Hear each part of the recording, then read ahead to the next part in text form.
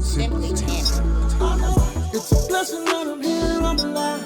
No, I never ever have to cry, cause it's something I know will always work for me on my side. Not a thing I even have to fight, All things work together for my good. Life speaks if you listen, it might be sound. Watch the love come alive. Sharing the truth that inspires, Sharing the truth that inspires, Sharing the truth that inspires. All things work together for my good. Life speaks if you listen, it might be sound. Watch the joy come alive, watch the joy come alive. Sharing the truth that inspires.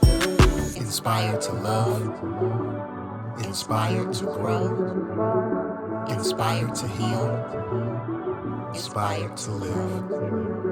Simply Tammy.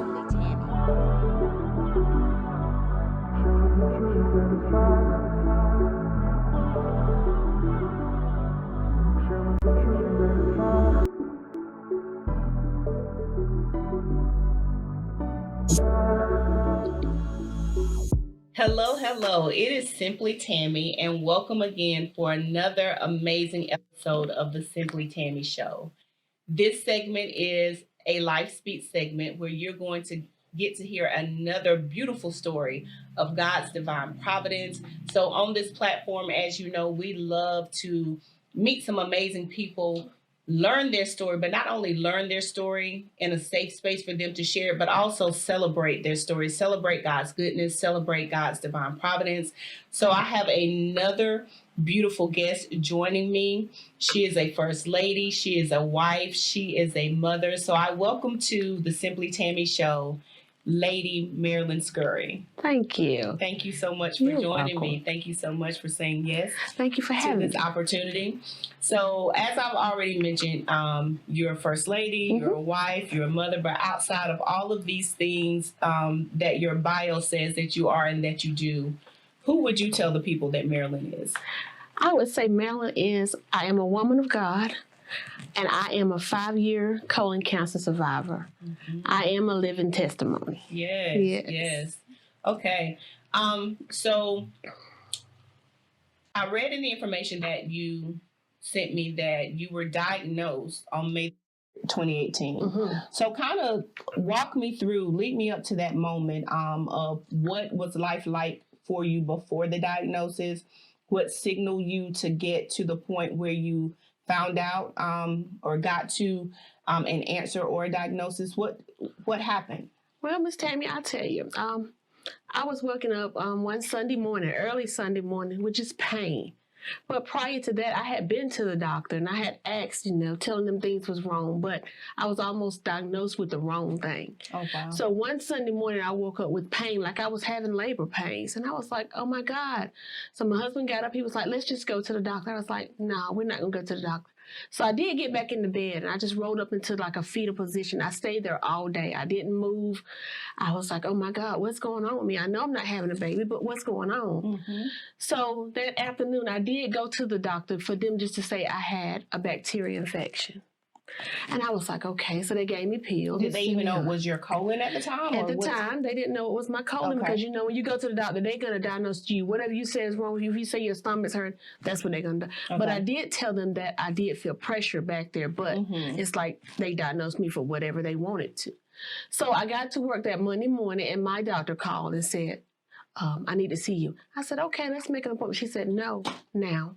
I was like, okay, that sounds serious. So I did leave work and I went to my doctor's office and she did examine me well and she did a rectum and she was like, no, something's wrong. So right then and there she stopped. She made me a doctor's appointment to have a colonoscopy. So I did go to the colonoscopy. It didn't even take a day before they called me. So when I went in, he did one. So when I went back to be prepped, you're having a colonoscopy, I noticed that I went in, I said, my goodbyes to my husband, kissed him. But it was like, I woke up real fast, but I was like, is everything okay? But just the look on my husband's face was like, just pray. He said, you're fine. He said, babe, they didn't get to do it. He said, something's blocking it. I said, something's blocking it? What are you talking about? And he was like, we got to come back. But they just sent that off. So, you know, when they send tests off like that, you thinking, hey, they just sending something off, it'll be okay. But I worried. And I prayed, but I still worried. And I was like, okay, God, what's going on with me? He just kept saying, you're going to be okay. So as I was looking for getting the test back 3 or 4 weeks from then, no, it took 2 weeks. And then the doctor that did the 𝘓𝘪𝘧𝘦, when he called me that Friday, I can still see it. He didn't say, are you sitting down? Are you driving a car? Are you in the train? He didn't say, he just says, it's cancer. I was like, whoa, what are you telling me? Is it what? Yeah. So I was at work, and at that time, you know, I was like, okay, what is going on? I found people was coming to me. They was like, what's wrong? I didn't understand what I was going through or what my body was beginning to go through, but I pressed on. I was like, okay, God, it's you. But then I lost focus. I lost my faith. Because when I walked out of my job, it was like, it hit me. And so I was thinking, if I just go down this road and I run into this train and it hit me, nobody would find me. By the time my husband gets to me, I'm dead.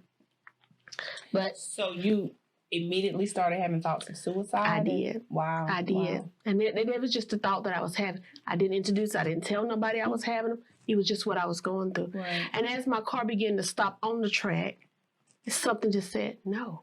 And it just pushed my car on out the way and told me to go on. And I know it was God because, you know, you can get the sign when God's telling you, what are you doing? You're losing it. So at that time, you know, I went through the process, but everything began to happen fast. They be happening quickly. So I went back to my doctor, and he was like, no, we need to talk to a surgeon. It was like very fast. And so on May the 15th, May the 3rd. And I went to a surgeon, and he began to talk about how big it was and where it was at. He was like, okay, what are we going to do? So there was a tumor? Yeah, okay. It was a tumor. I never even thought about it, Tim. I said, nothing. He looked at me. He said, yeah, we got to do something because I wanted to get it out. I was like, no.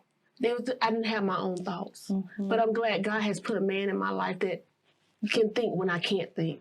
So my husband was like, no, okay, doc, what are we doing? So he went in prayer, and, you know, the surgery came up, and I went in for a 3.5-hour surgery. It lasted 11.5 hours.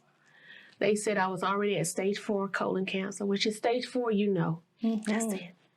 But for some reason, God kept me. Absolutely. And I thank God for it because 11.5 surgery under anesthesia, you don't know if you're in the world or not. Absolutely. Only thing I know when I came out, hey, I had people around me and I was still here.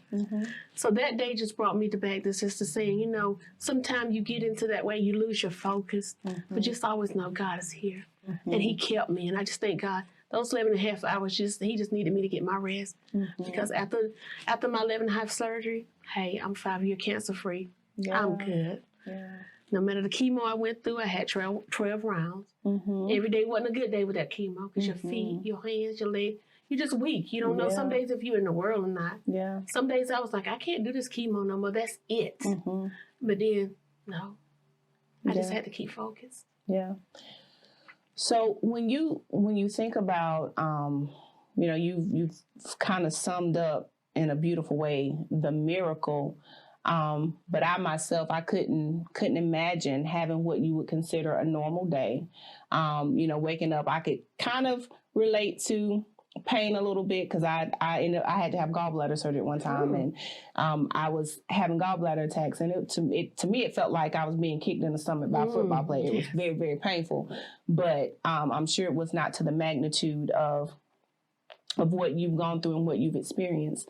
So the process of being diagnosed, having to say yes and accept that you're going to have a major surgery, and then the healing that took place after that. You've talked about, you know, in the natural, the surgery was 11 hours. You talked about that you had to have 12 rounds of chemo, but mentally and emotionally, what was going on with you? Because at this time, were you already First Lady? Were you already at that time, a mother? I was already, yes. Okay, so what else was going on with you outside of the physical things you were experiencing, mentally and emotionally? Because gratefully, you had escaped one potentially suicide attempt, but I'm sure the enemy didn't want to stop there. So talk about the mental and emotional process of... My mental state of mind was gone.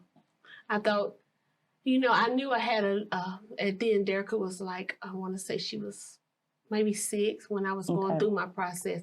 I knew I had a 6-year-old that needed me. And 𝘚𝘱𝑒𝑃, is she your youngest? I see you guys have 4 children. Okay. 𝘚𝘱𝑒𝑃 is actually my miracle baby. Okay. When my daughter turned 16, I found out I was pregnant with 𝘚𝘱𝑒𝑃. I had my tubes tied.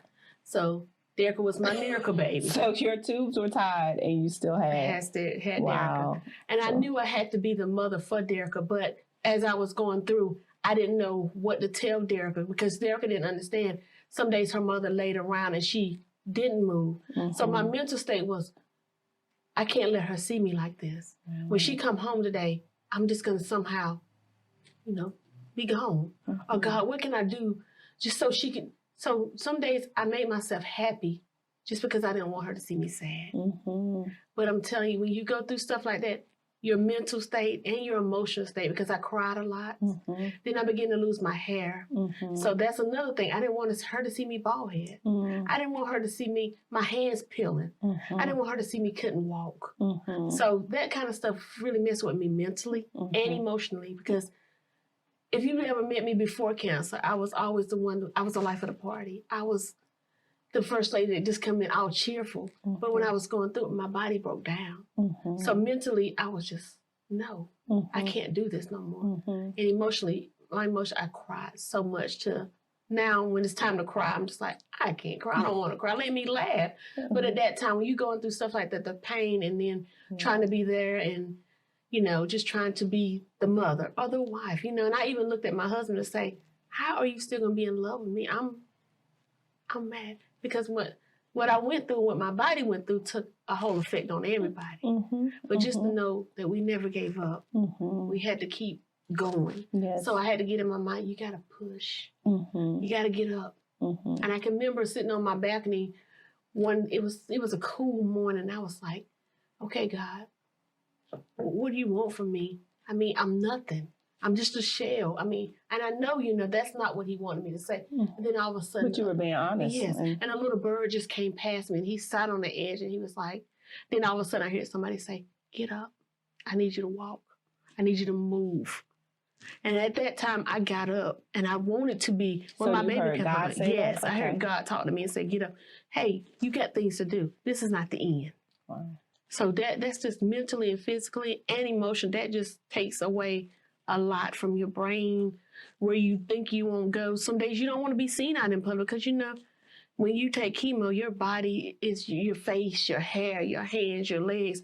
Everything changes. And I didn't want to be like that. I didn't want nobody to see me like that. So, you know, that did mess up me, you know, mentally and emotionally. Yes. Hey. Just for a moment, I wanted to interrupt you. So no, the video has not messed up. This is an intentional interruption. Just for me first to say thank you, because if you've gotten to this point, that means you're still watching this interview and hopefully you're hearing some things that are helping you, encouraging you, inspiring you. But I thank you for taking the time to listen, to get to know some of these amazing people, and to be encouraged and inspired by their stories. Second of all, I want to give you an opportunity to partner with me. If there is something that you think you can offer to this platform, either hands-on if you're local to the Greenville area, if you know some guests that you think I should interview, or if you see the transitions that we've gone through from when I started with Women Who Win and now doing this in my own space, and you say, I want to support that vision, I want to give to it, we welcome any type of support that you have to give. We also are going to have opportunities for organizations and businesses. You don't have to be local to Greenville, but we can spotlight you during our show segments. If any of that sounds interesting to you and you want to participate, shoot me an email. I'm going to put the email address on the screen, and I want to give you all of the information on how you can partner and connect so that we can keep bringing these people before you, sharing their amazing stories, offering them a safe space to share their journeys and to also help encourage you along yours. So thank you again for listening, and now back to this interview. So as a parent, you mentioned your youngest, 𝘚𝘱𝑒𝑃, and how you were strong for her in certain moments to try to get through this, but you also have 3 other children. how did this diagnosis and this process impact your mothering? And then you mentioned your husband being strong with the appointments and speaking to physicians and making sure that you did move forward with the process.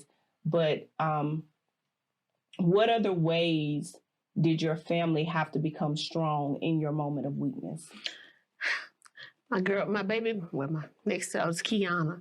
Kiana found herself having to be there for Derricka.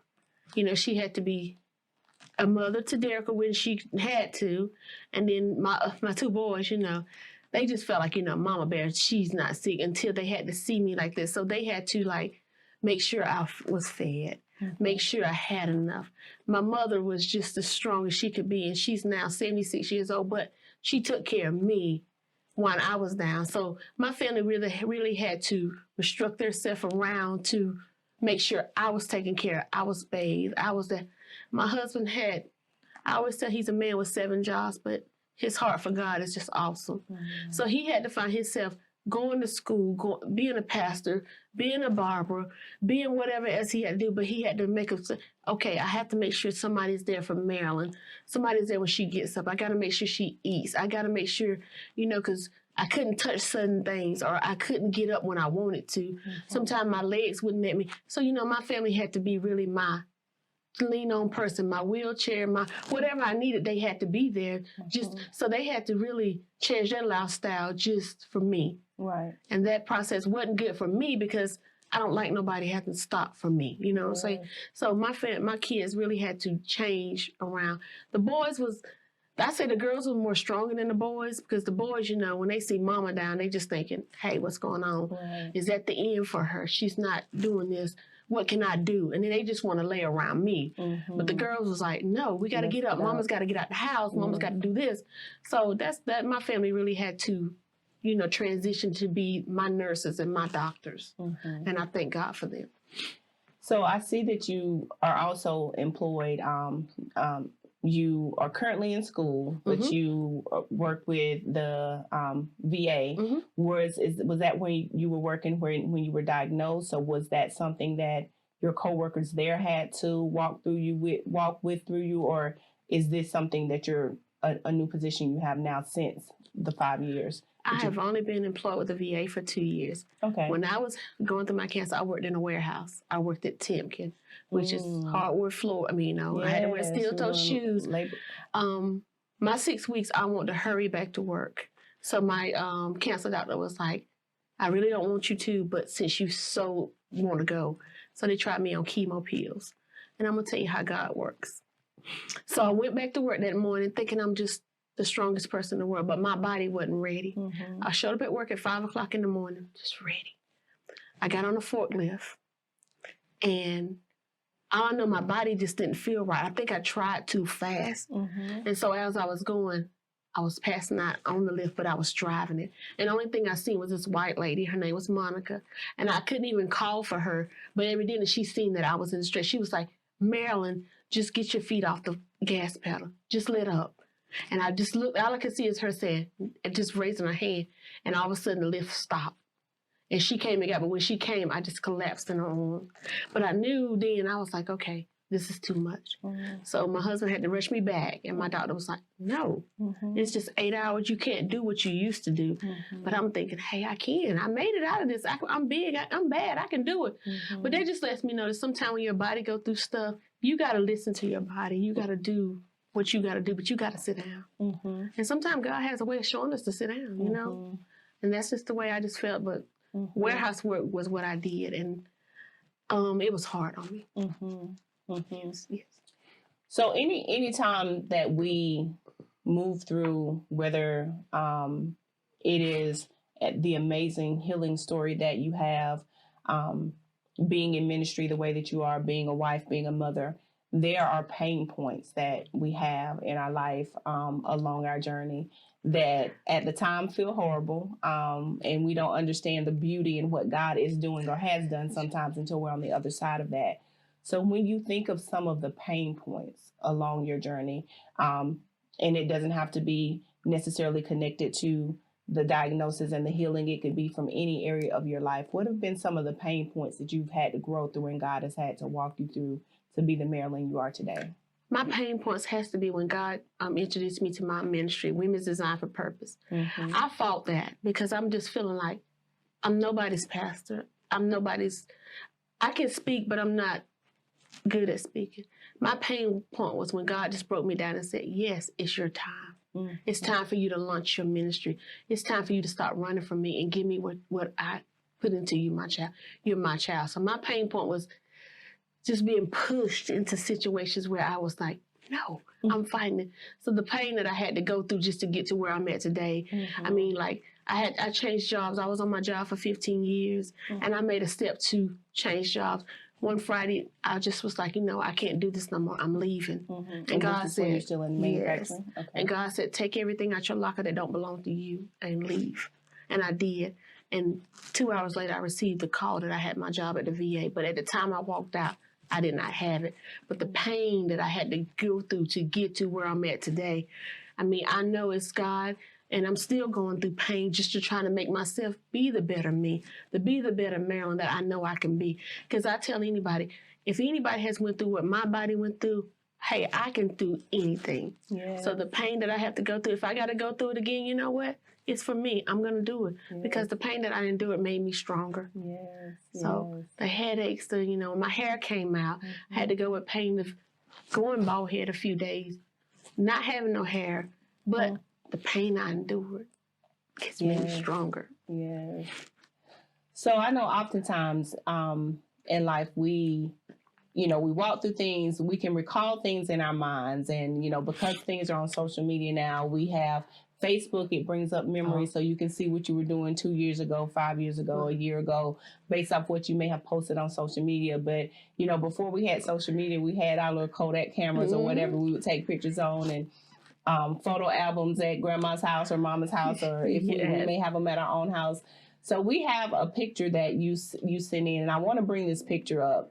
And when you look at this, what does it make you think about? Who was this beautiful lady that we see here? What was her drive, her fight, her desire, or even this moment? What would you tell us about the picture we're looking at? This picture here was taken during my sister's 50th birthday party. And my aunt always wanted me to go bald. That was her last desire. She just wanted, I want you to walk in your destiny. I want you to just take a picture being bald head. And I was like, I can't do this. So that morning when I woke up, I was like, you know what, God? I'm going to go bald head because that's me. That's who I am. Hair don't make me.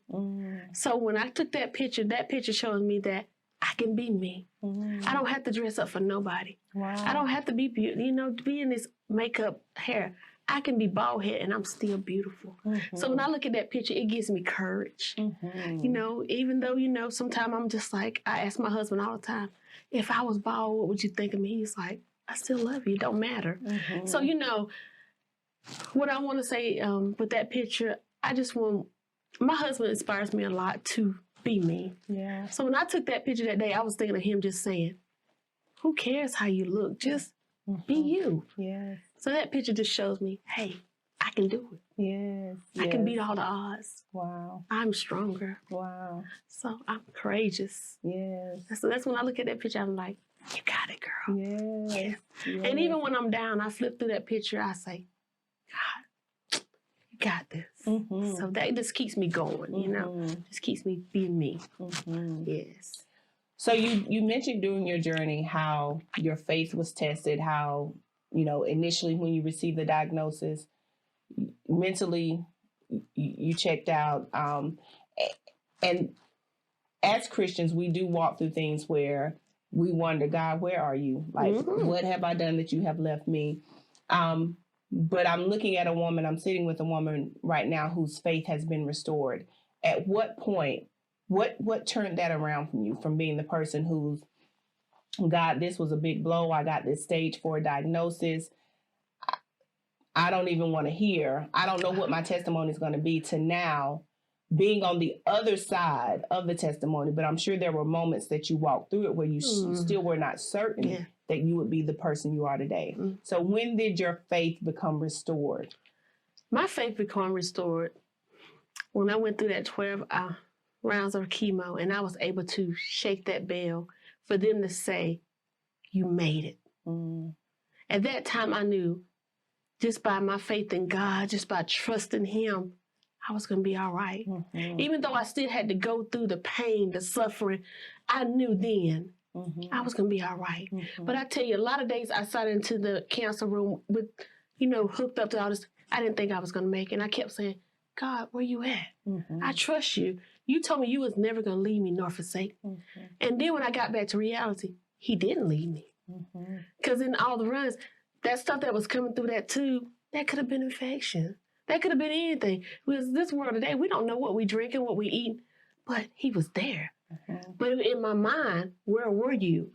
You told me that you was carrying me.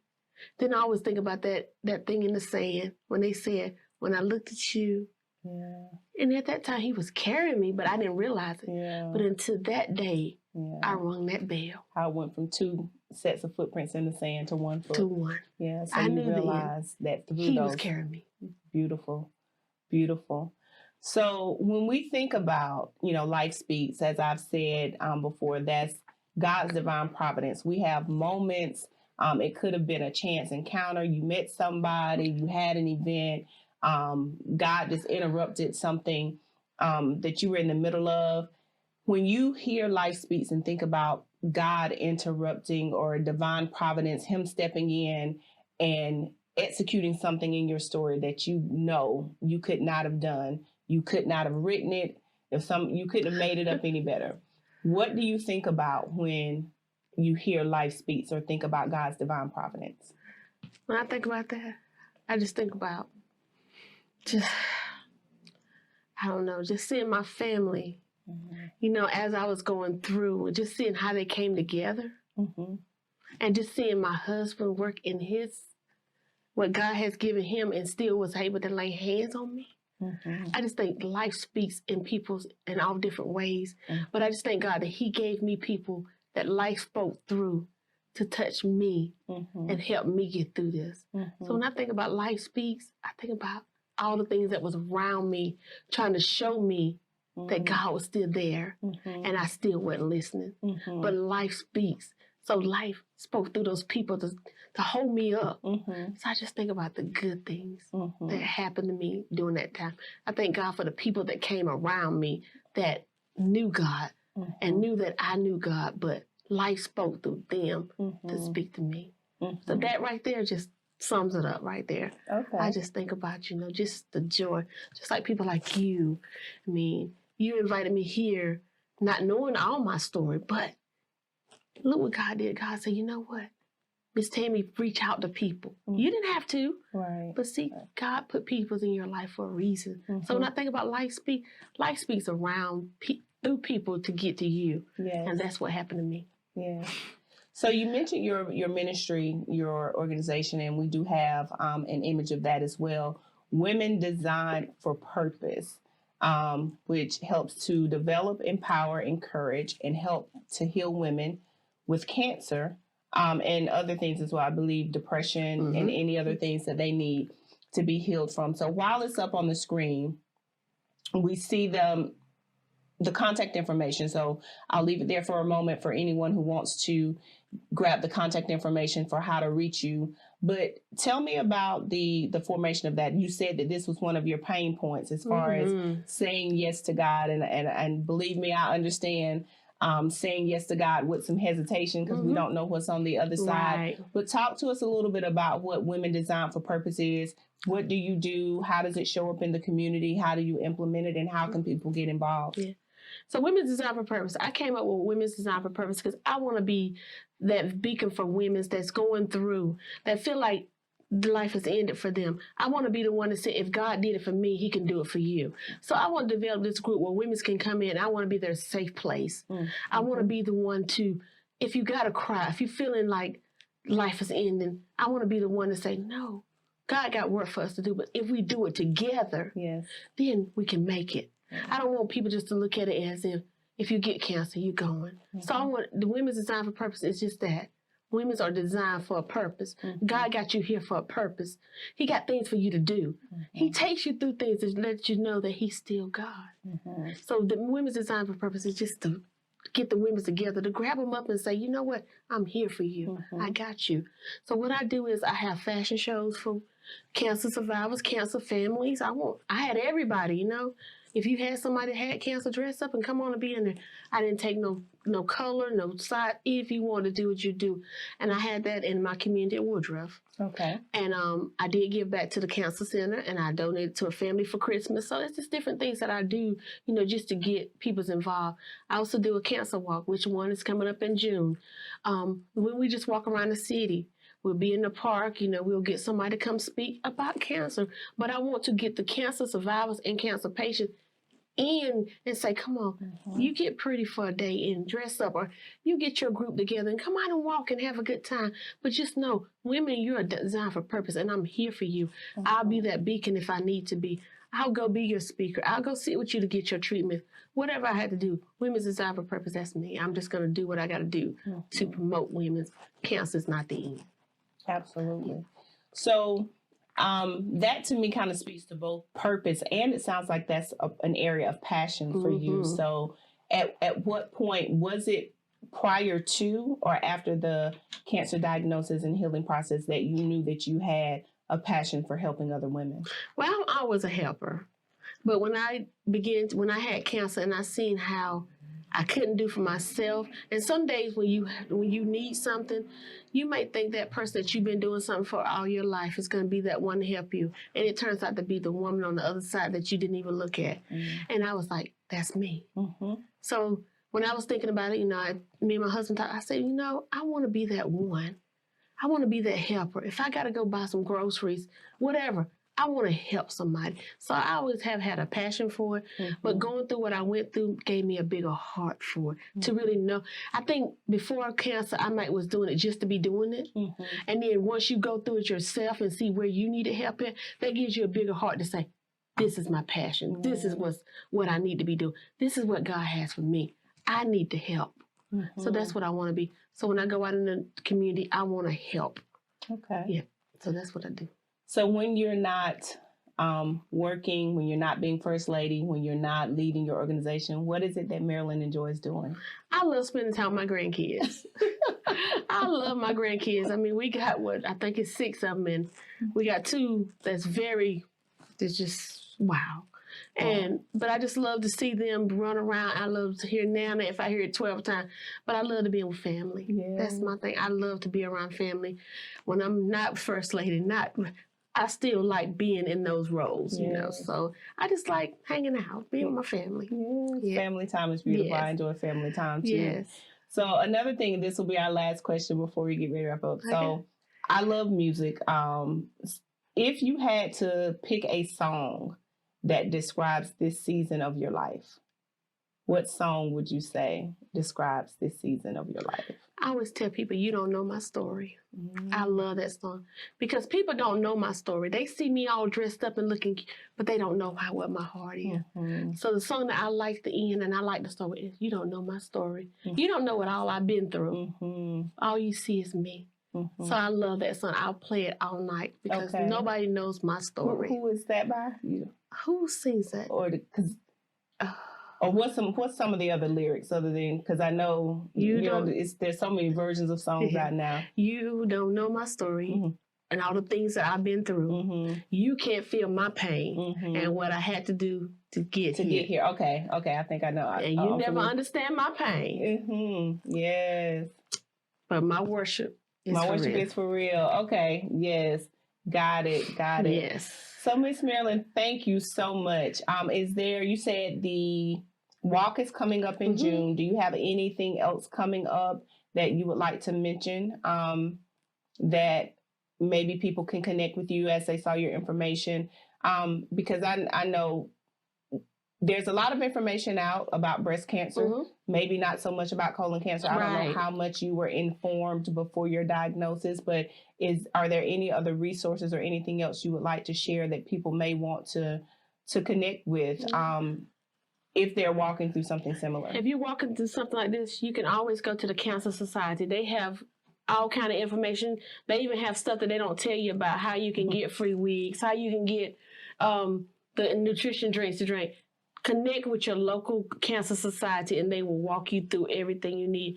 And if you can't do that, reach out to me. I'll be glad to help you get there, take you there.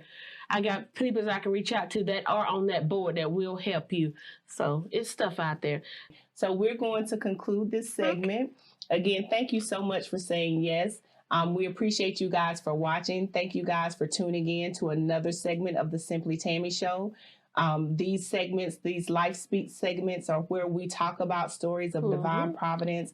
We invite people in to share their testimonies, share their stories, not just so that we can hear what they went through, but we want to celebrate the goodness of God in these stories. So thank you for tuning in. We'll be back soon with other guests, other episodes. So again, thank you, First Lady Marilyn, for joining us. And you guys, until next time, don't forget to subscribe to my channel on YouTube so you can see what's coming up next. Connect with me on Facebook. You'll see these episodes on both of those platforms. The YouTube page and the Facebook page are both named Simply Tammy. So thank you guys for staying connected.